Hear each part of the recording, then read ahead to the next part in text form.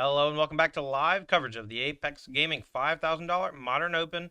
We are in Caldwell, Ohio, and we have 4 players left. I'm Tandy, joined by Ross Merriam. Say hi, Ross. Hi, Ross. Why don't you give us a rundown of who's left in the tournament and what they're playing for? Well, we finally figured out who won that other quarterfinal match between Travis Brown and Ruben Wild, and it is Ruben Wild on Amulet. So they are going to be facing off against Dawn Delosier on Rakdos of Oak, sorry. That will be our backup match here because we are going to start with 2 of the titans of the Apex series, Amin Abadi, last month's champion, last week's champion at SCG Columbus on Azorius Hammer, against TJ Radizak on Yawgmoth. And this is a really interesting matchup because this is not one where the Yawgmoth deck plays like a combo deck. They actually use Yawgmoth to control the Hammer player's battlefield, Yeah. pick off all those small creatures, and then just win with whatever's remaining and the overwhelming card advantage from all the cards that Yawgmoth draws. So TJ going to have to take a different tack in this matchup than he's generally used to throughout the day, but definitely a matchup he is more than capable of winning. Yeah, so these 4 players are battling for their fair share of $5,000 in cash prizes. The winner of this will, these 2 players I believe are already qualified for the Apex Gaming Invitational in November, which means that the other 2 players, Ruben and Dawn, have already earned their qualifications for the event in November. So congrats to them. The winner of the event will qualify for the first regional championship of next year, and that's basically what they're playing for outside of cash and prizes. Yeah, still a lot of money on the line to play for, and also playing for the trophy.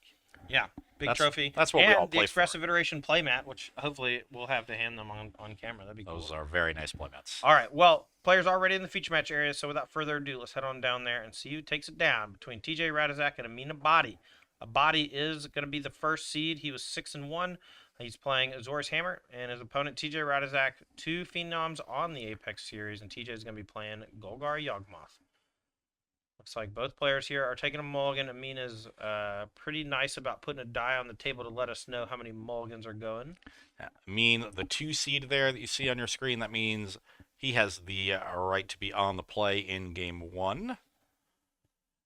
And one thing about the Yawgmoth deck, it can take a few turns to get going. Usually spends the first couple turns just playing out mana creatures, getting that mana base set up. Those are turns that Amin can use to really put TJ behind if he has an explosive start. But on 5, that explosive start is going to be hard to come by. Yeah. All right. Well, because of the seeding, you can see Amin Abadi on your right was seed number 2. He's going to be on the play. TJ Radizak was seed number 3. TJ was one of the 2-5-0 players who drew in round 6, and I believe TJ was able to draw in round 7 as well. He was. He drew with Sean. Okay. Amin probably going to keep 5s. Pretty hard to go down past that. Obviously, if it's a no-lander, has to toss it, but has to consider most other 5ers.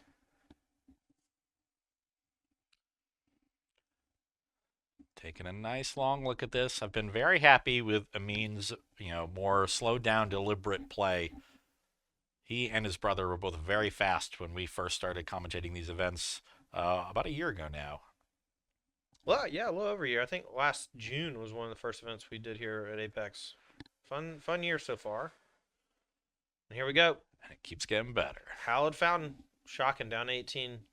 Abadi gonna lead off here with a 1-drop. What's it gonna be? Really tanking on it. Here's a Springleaf Drum. TJ Radizak draws for turn, has County Garden.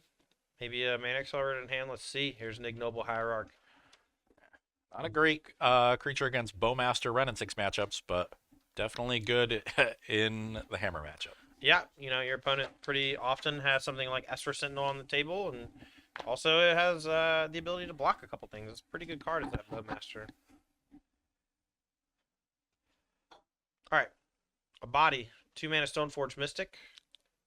Has a Springleaf Drum, so can still play a 1-mana thing or hold up protection. We'll see what the find is. The find here should be quite telling about how Amin's hand is playing out. Yeah, low resources almost always Cauldron Complete, Yeah. though. You just don't have the ability to do anything else. But if his hand was really good, he might find a hammer because he has it locked up for next turn. Does have a hammer in hand. All right, well, there's Esper Sentinel. Let's see if TJ has that Orcish Bowmasters to shoot it down. Maybe he even doesn't care because his deck is just all creatures. Yeah, it's basically just Quarter Calling. Even Grist is a creature on the stack. All right, here's an LA Raft token made off of Coney Garden. Raft getting some serious use out of that plant token. Avengers Zendikar, I believe, was what it was originally made for back in the day. And Nissa, voice of Zendikar. Ah, that's right. All right, here's a Yawgmoth. And does Ignoble Hierarch attack for 1?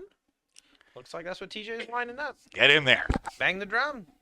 No fear. Smack him around a little. Show him who's boss. There's one. A body down to 16. Punish him for shocking. Punish him. All right, body draws.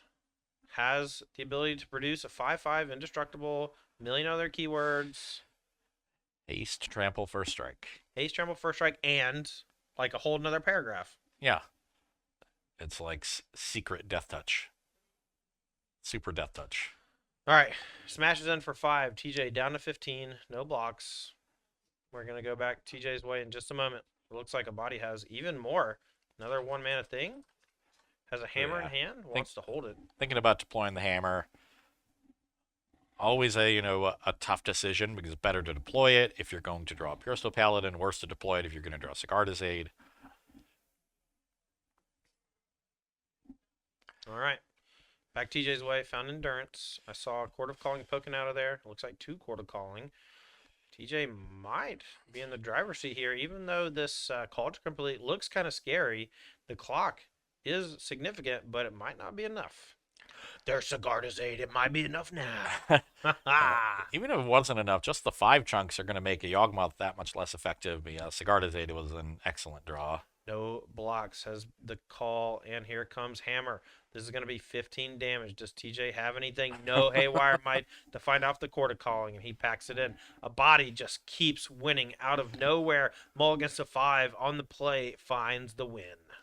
Yeah, he just keeps collecting bodies. Yeah. All right, as these players shuffle up here for game number 2 and take a look at their 15-card sideboards, my main man Ross is going to give his expert analysis. Take a look at that 15 and tell me what you think. Well, looking at TJ's sideboard first, I see 2 Force of Vigor, 2 Elven Chorus, 2 Endurance, 2 Fatal Push, 1 Haywire Might, 1 Collector Oof, 1 Soulless Jailer, 1 Chalice of the Void, 1 Go for the Throat, 1 Veil of Summer, and 1 Fulminator Mage. I definitely love the Force of Vigors, the Fatal Pushes, the Haywire Might, the Collector Oof. The maybes for me are Chalice of the Void, Go for the Throat, and Fulminator Mage. Depends how many cards TJ wants to bring out. This is a very synergy-driven deck, an engine deck around Yawgmoth, so you can't cut too far into it. Right. Go for the Throat can kill a decent number of things. Obviously, not hitting artifacts is a big problem. Fulminator Mage, good against Urza's Saga, good against Inkmoth Nexus, but a little slow. And we saw Chalice of the Void last round out of Will Russell's Jeskai control deck do effectively nothing. Oh, yeah. The moment Chalice came down, everybody's like, okay, deal. Urza Saga activate. Urza Saga activate. Chew you up. Yeah, and Spit you out. And unlike that Jeskai control deck that had no 1-mana plays other than Spell Pierce that was likely being sideboarded out, Chalice on 1 does stop your top decked mana creatures, and everybody in this Yawgmoth deck is relevant. All right. Well, that is how Ross thinks that TJ is going to be sideboarding, but Amin's got a nice little 15, and we're going to take a look at that as well. I know these Spell Piercers are kind of smelly in the deck. Maybe we want to get those out, huh? Yeah, I definitely want to get those out, see what we got. I see 3 March of Otherworldly Light, 3 Sanctifier Envec, 2 Lavinia Azorius Renegade, 2 Surge of Salvation, 1 Grafdigger's Cage, 1 Pithing Needle, 1 Spell Pierce, 1 Path to Exile, and 1 Durandith Magistrate. All-star here is definitely the Grafdigger's Cage. Stops Eldritch Evolution and Court of Calling. Also stops Undying creatures. So I like that one for sure. I also like Pithing Needle for Yawgmoth or Grist. I like Path to Exile as removal. And I'd be somewhat interested in March, potentially. Yeah. And maybe interested in Sanctifier Invec. Just having a creature that can't get Yawgmoth down. It's such a great target for equipment, even if it's a little slow. This matchup should slow down quite a bit after sideboarding, so I think it's okay to bring in another 2-drop. Yeah, hopefully for TJ, he's able to find at least a couple of cards that can interact in a positive way. I mean, that game, he just literally got bonked from 15 on, turn 4. It's kind of brutal. Really needed a Grist for that Stoneforge Mystic. Right. Would have changed the texture of that game by quite a bit. Turns out drawing Grists is good. Who would have thought? Yeah. The book on the Yawgmoth deck is that it's secretly not a Yawgmoth deck, it's a Grist deck. Oh, yeah. Yawgmoth is just there to close things up, but Grist is the heart and soul of the deck. Chord Calling for Grist is like my favorite. What? Card of Calling for Grist. 5-word sentence. Okay, players looking at their hands. Can't get a great look at it. I see a Delighted Halfling in TJ's hand. See maybe 1 or 2 sagas for Amin, but he doesn't like that 7. Throws it back. All right, chat. Give me your best 5-word sentence. Your favorite 5-word sentence. I'll give you one. I love you, Ross Marion. Thank you, Todd. That's not 5 words. Hmm. Give me your best 5-word sentence. Oh, I'm not participating. No. Okay, chat. Give it to me. Yeah, you asked chat. You didn't ask me. That's fair. Well, you're part of chat. That is I'm not the main true. character. Everyone else is chat. That's not how this works at all. That's how it works at home. Yeah, but I'm not at your home. Oh, that's true. We're far away. We're off to the races. TJ Radizek on the play, kept 7. Amina Body on 6. These are the delirium hours. I'm sorry. This is just what happens to me after round 9 or whatever. Your Dragon's Chandelier is a 3/3, that's for sure. Nice one. All right. We're going to go back a body's way. Delighted Halfling for TJ. A body going to fetch planes. We'll see what the 1 drop of choice is. It's a Giver of Runes. Now, normally this is used to help protect your other creatures. It often acts as a lightning rod to soak up removal. But in this matchup, it's going to maybe make stuff unblockable. Yeah, though that Haywire Might is, a good blocking through protection. Giver can give Pro Colorless, but we got a good spread of colors on TJ's battlefield, so should be able to mitigate the damage that Giver of Runes can do. Does Giver of Runes only protect creatures, or does it protect your permanents? Creatures you control. Okay. All right, a body starts with Hallowed Fountain for the turn, down to 17. Let's see if he goes for Stoneforge Mystic or something similar here. Hapatra, Vizier Poisons is a powerful card here from TJ Radizek. Not often something you see on turn 2 from the deck and getting aggressive, but maybe something you're going to see next turn if TJ has some way to clear off that Giver of Runes, say with Fatal Push or something. Maybe gets in with an attack and forces a block. Yeah, Hapatra is an excellent card in the creature matchups because with Yawgmoth, you get to put -1/-1 counters on a creature by sacking a creature, but then Hapatra gives you another creature when you put the counter on. Yeah, so self-sustaining. You just keep going. Yep, for every life you spend, you shrink your opponent's creature by 1 and draw a card. It's a very powerful effect. The kids call that a loop. Well, you don't gain life, so it's not complete looping. Yeah. It's a finite loop. Okay, so a circle. A circle is sort of infinite in some sense. Yeah. I don't want to get super into this, but pi messes me up. It really does. It really messes me up. All right, we got a fetch for a swamp here, and TJ Radizak's got 4 mana at the ready. Here comes the Yawgmoth. Let's chew him up. We're going to give protection from black in response, and TJ's like, okay, shrink your thing, make a snake.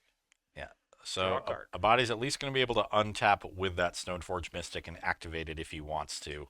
Ooh, even picked up Fatal Push, so pretty good here. And now every time the insect comes in, it sacks, and then it goes again, and it goes again, and it goes again. Because of Hapatra, it is a -1/-1 counter trigger. Yeah. Back in our day, we used to have to tooth and nail for Triskelion and Mephidros Vampire to do stuff like this.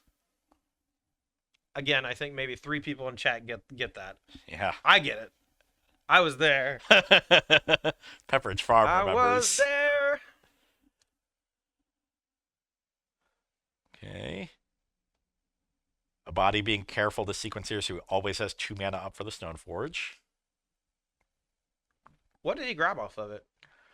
You were getting really delirious, and I missed it. Oh, I'm sorry. I think it was a hammer. Yeah, so nothing too threatening for TJ. There's no way to equip the hammer, and you have a Haywire Might. Even if he has something like Surge of Salvation, this is like a static thing that's sitting in play, and TJ can just go again with the Haywire Might. I think he'll want to save the Haywire Might for that Sigarda's Aid. All right, Amin gonna play something here on TJ's upkeep.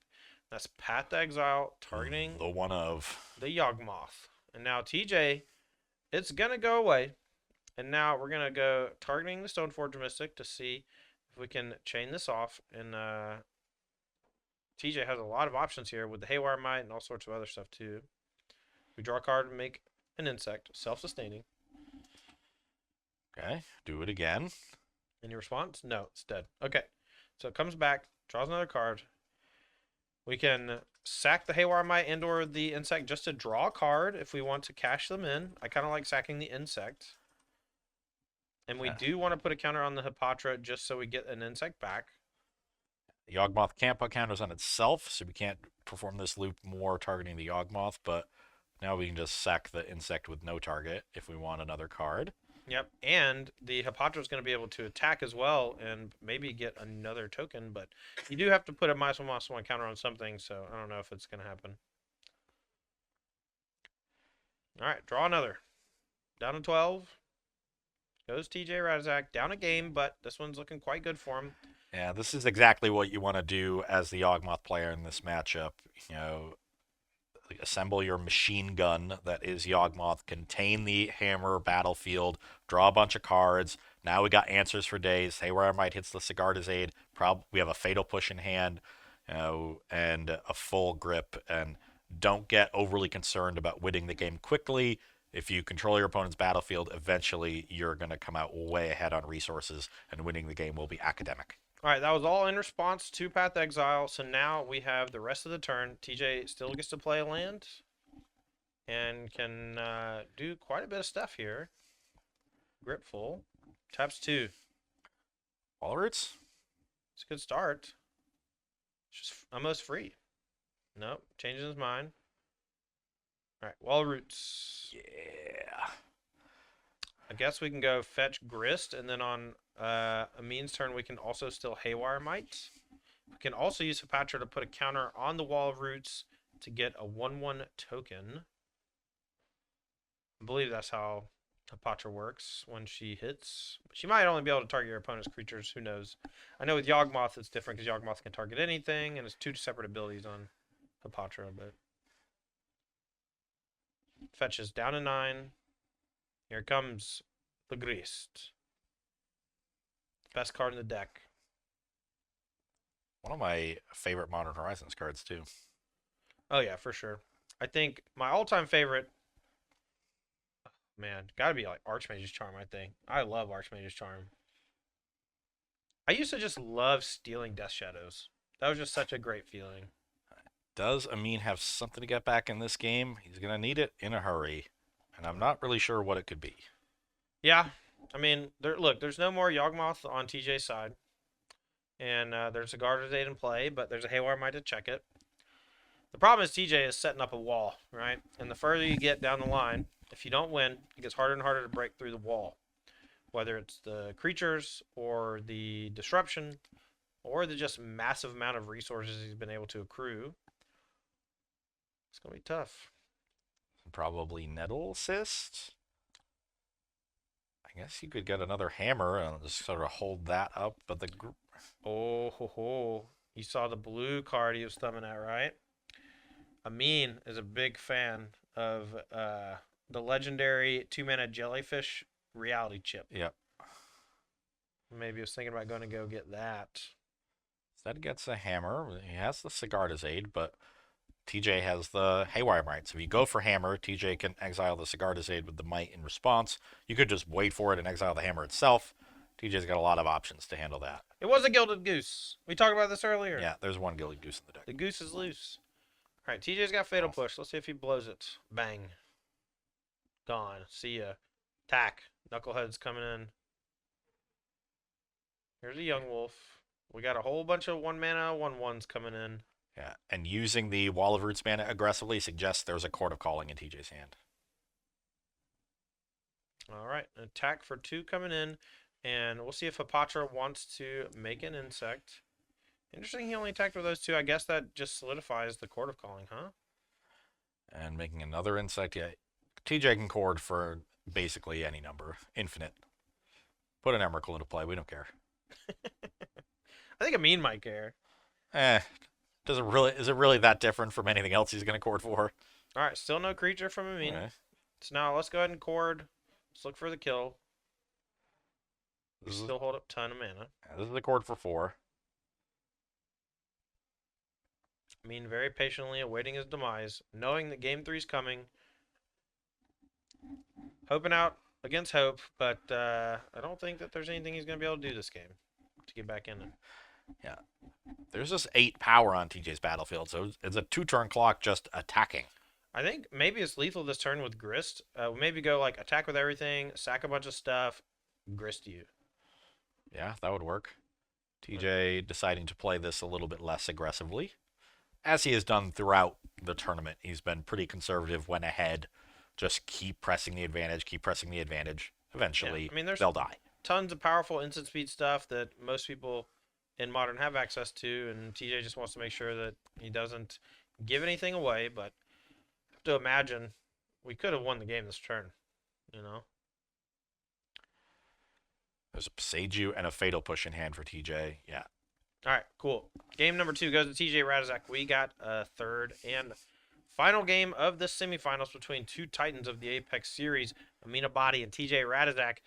TJ's had a lot of success over the last month with this Golgari Yawgmoth deck, making it to the top 12 of the SEG in Columbus last weekend, but also Amina Body won that same event with his Azorius Hammer deck last weekend. So this is maybe not a mirror match, but maybe they played in the tournament. I don't know. They did not. We also had Travis Brown in this top 8, who was in the top 12 last week. So 3 players making back-to-back top 8s between SCG Columbus last weekend and the Apex 5K today.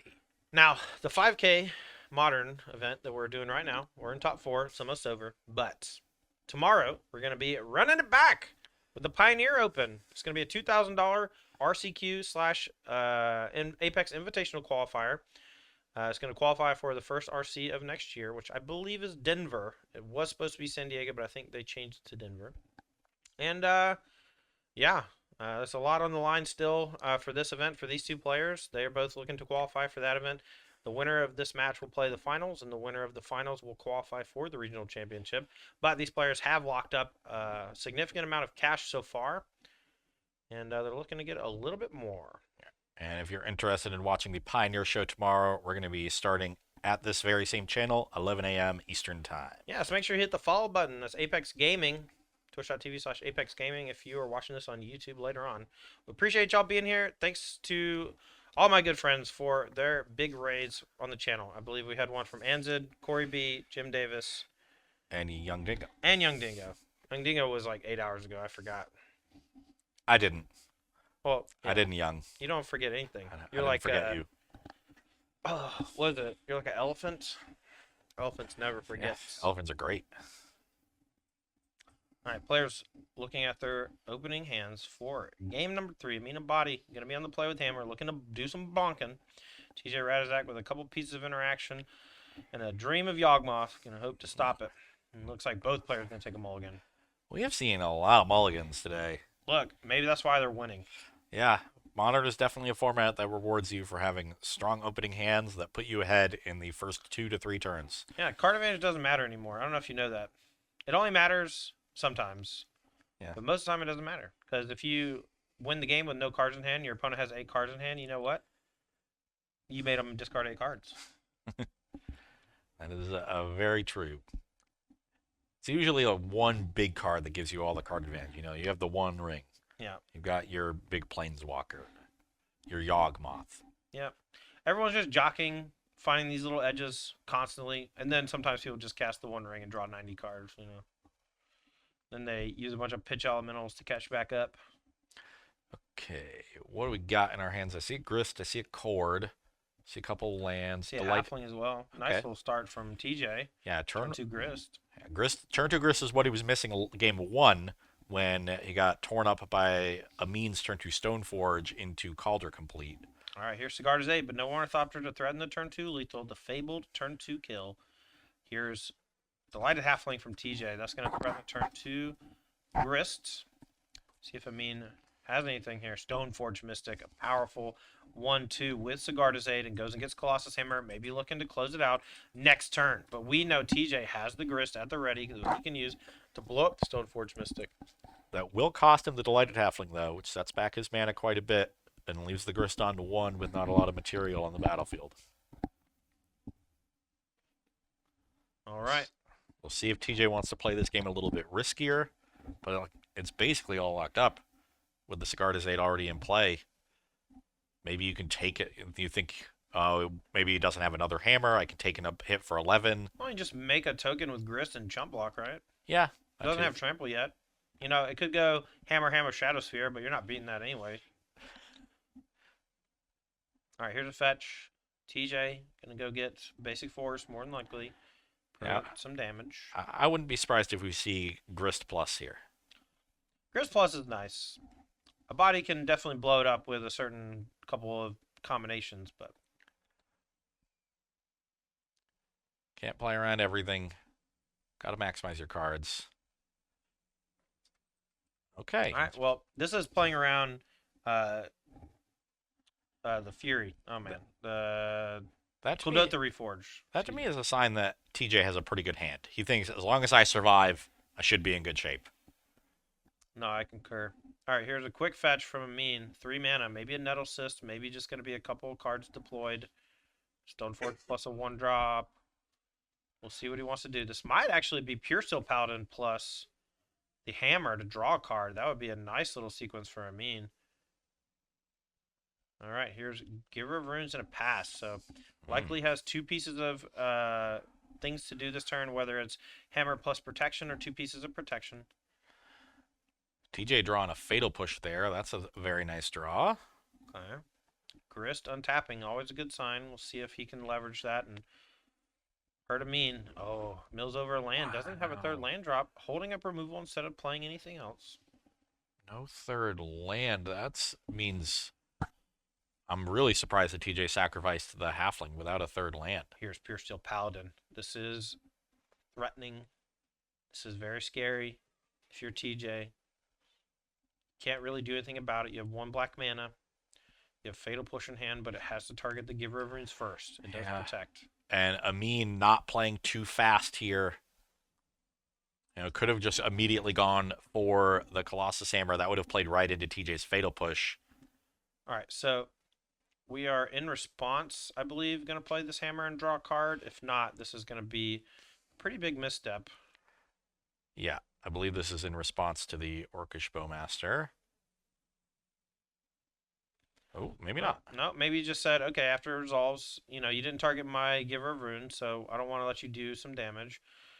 Maybe just interested to see where TJ was going to throw it. Didn't really care too much about the damage or the 2/2 version of the Orc army. Okay. So here, does TJ throw away the Grist in order to answer the Giver so that the Fatal Push is live to potentially kill something? Oh, yeah, absolutely. If you don't, you're just dead. With the way Amin has played, well, you do have 2 different color blockers, so the Giver isn't super threatening. Yeah, he decides to make a token. Oh, no, you don't have, because the insects are green and black. Yeah, so these are all black, yeah. So we can just smash for 12 right now. Green for a Gilded Goose. Now we have an extra blocker. Yeah, we kind of need that one since we're so short on mana. Yep. Gonna go back a body's way. Looking to close it out here. Need some way to give evasion or trample. Giver Runes can give protection from black, but Gilded Goose can still block, and it's also not a lethal attack right now. But if a body goes for the Giver aggressively, he's going to need another piece of protection for the Fatal Push. He's been repping that piece of protection, but I'm not sure if he actually has it.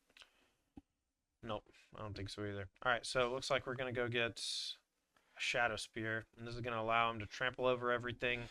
This Stoneforge Mystic, you know, not a big deal as a body right now. The Giver of Runes, though, it's very, very scary if you're TJ.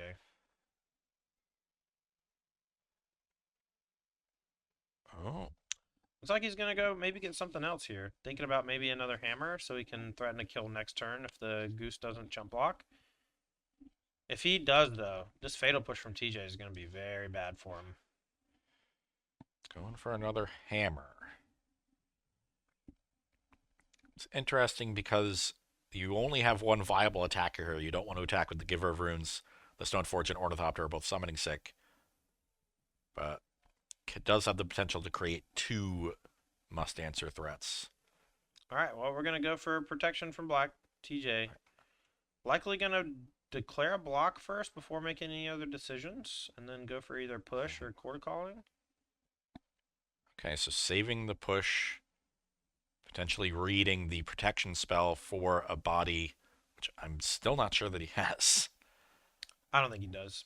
All right, here's a cord for 1. This is likely going to go get Haywire Might.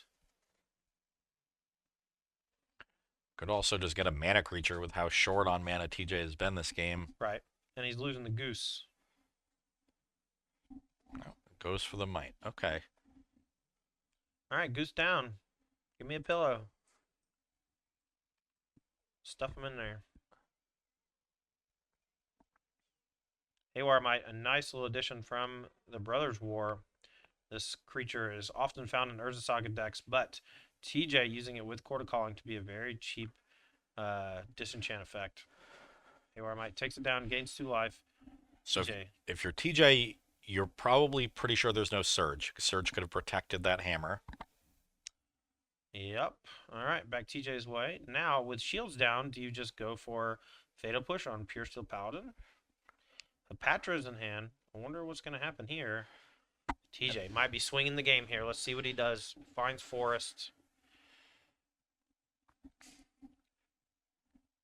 Really interesting series of turns coming up here because we know there's another hammer in hand. There's another Pure Steel. That's the other card in hand for a body, it looks like. Agatha Soul Cauldron. What can we do with this? We can turn everything with a counter on it into a Gilded Goose. We can turn everything into a Haywire Might. Turning everything into a Haywire Might seems pretty ridiculous. Do we still have the food around from that Gilded Goose? I don't see it anymore. I don't know what happened to it. Yeah, where did that one go? TJ probably ate it. He's hungry. That makes 2 of us. Oh, yeah. Wings is calling my name. Well, he can also turn his creatures into Haywire Mites. That's pretty cool. I just said that. It's okay. All right, here's Grist. Minus. Blow you up. Got him. Wow. Maybe going to hold the Fatal Push for even longer. Amin getting kind of punished for going for this line where he got a second hammer and then had to use the Giver aggressively. Yeah, that's the big deal. Using the Giver aggressively. I'm not sure that would have mattered with Corden to Haywire Might. He had a way to blow up like every line Amin went for, really. So Amin having an extra hammer in hand might lead to a potential surprise kill in a turn or two. I would have liked to have seen Amin maybe play the hammer on something in response to the removal on the Pure Steel Paladin just to draw a card. He has another Paladin in hand, so he's going to get a card this turn anyway, and he gives himself a little more information. When I draw this turn, maybe that changes where he wants to put the hammer. Fine. All right. Well, Giver of Runes still annoying. Here comes Pure Steel.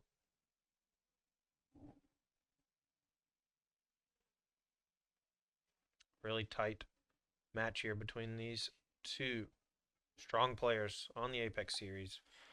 Yeah, very much looked like Amin was in the driver's seat, and over the last couple turns, TJ has done a very good job of turning this game around.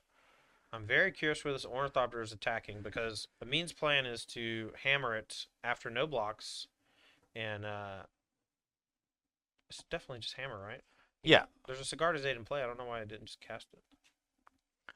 So, yeah, activate the Stoneforge Mist. Ooh, this is interesting because we're activating Stoneforge, but Amin can respond to any activation of Haywire Might by just casting the hammer with Flash because of the Cigar Aid. Yeah, maybe a misstep from TJ. But this means you have to do it before blockers. So TJ is going to be able to block. Flying, and then you can block with the Bowmaster or whatever. Yep. Okay, so we draw a card. We get another Orc Army, which is kind of ridiculous, honestly. Yeah, now we can block probably with the Orc Army. All right, well, it looks like there's a minor judge call. We're curious what's going on here, but... Oh, they're talking about the other Haywire Might ability of it getting 2 life when it dies, and Soul Cauldron does not interact with that ability at all. Yeah, only activated abilities. You taught me that earlier today. Reading the card explains the card. That's true. Look, it's got a lot of words on it, you know? I'm not a book doctor. Oh, has another hammer.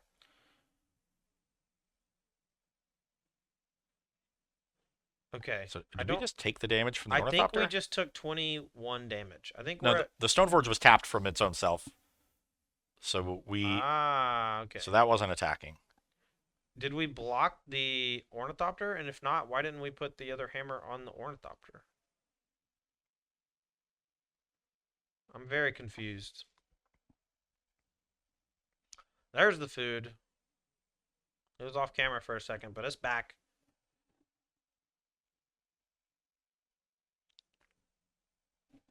Hmm.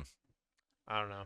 That was weird. That hammer must have been in play too. We didn't cast that one this turn. I think the hammer got moved post combat with Pure Steel.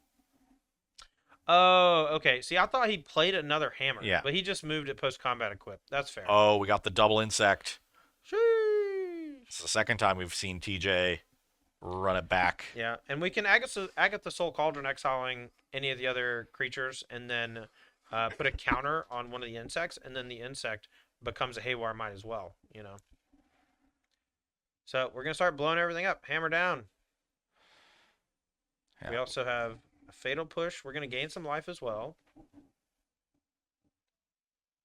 How are we gaining life? from the Haywire. Oh, you're No. right. Yeah, we don't. Bonk. We do have the food there and 2 mana up, so if TJ needs some life, he can. Looks like he did take the 10-point attack last turn. That's why you see TJ's life total finally updated. I feel like maybe the wall of Haywire Mites is a little too much or whatever. Yeah. But we did draw Forge Anew. There's all the No, hammers are exiled. Yeah. Exiled, never mind. Fortune, who doesn't really do much. TJ, Agatha Soul Cauldron really flexing here on Amina Body. And this new card from Wilds of Eldraine is running wild all over Amina Body's Azorius Hammer deck, eating Yeah. up every single artifact enchantment he plays. We've talked about how Amin lost round 1 in this tournament and has won out to get to this spot. What I haven't told you is that he lost to Yawgmoth in round 1, Eric Rose, Oh, wow. one of the other common Yawgmoth players here in the Apex series. So he might have gone X and Yawgmoth in this tournament.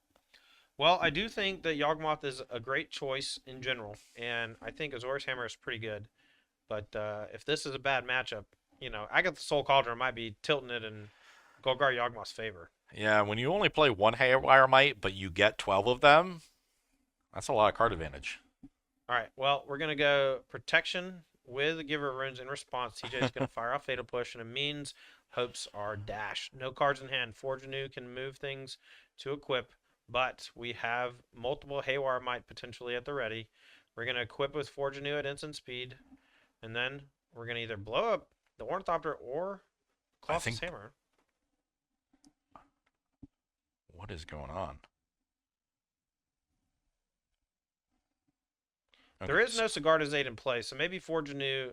I don't think Forge Anew allows you to equip at instant speed, and the Pure Steel Paladin is gone.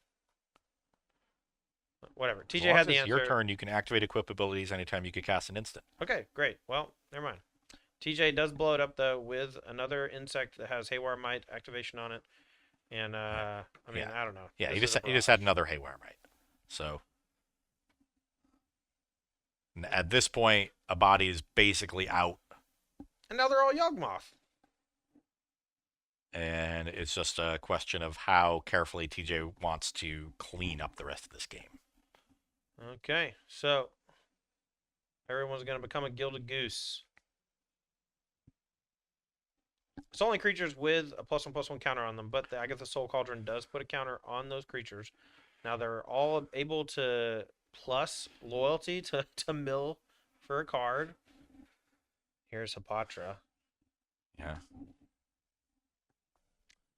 Okay. Loyalty ability +1. Very strange interaction with Soul Cauldron and Grist, but we got confirmation earlier that this is how it works. So we're going to mill 2. We're going to make 2 insects. Yeah, this is what happens when creatures have loyalty abilities. This is what happens when you make stuff like Agatha Soul Cauldron. Look, Necrotic Ooze was broken in Legacy for about 5 minutes.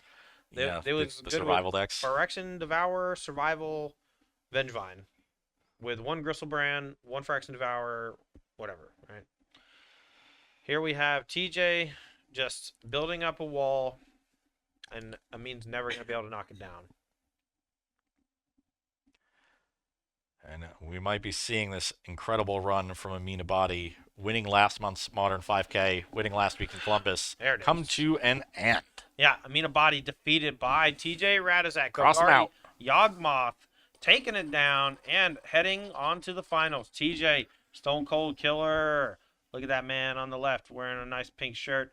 He's going to be moving on to the finals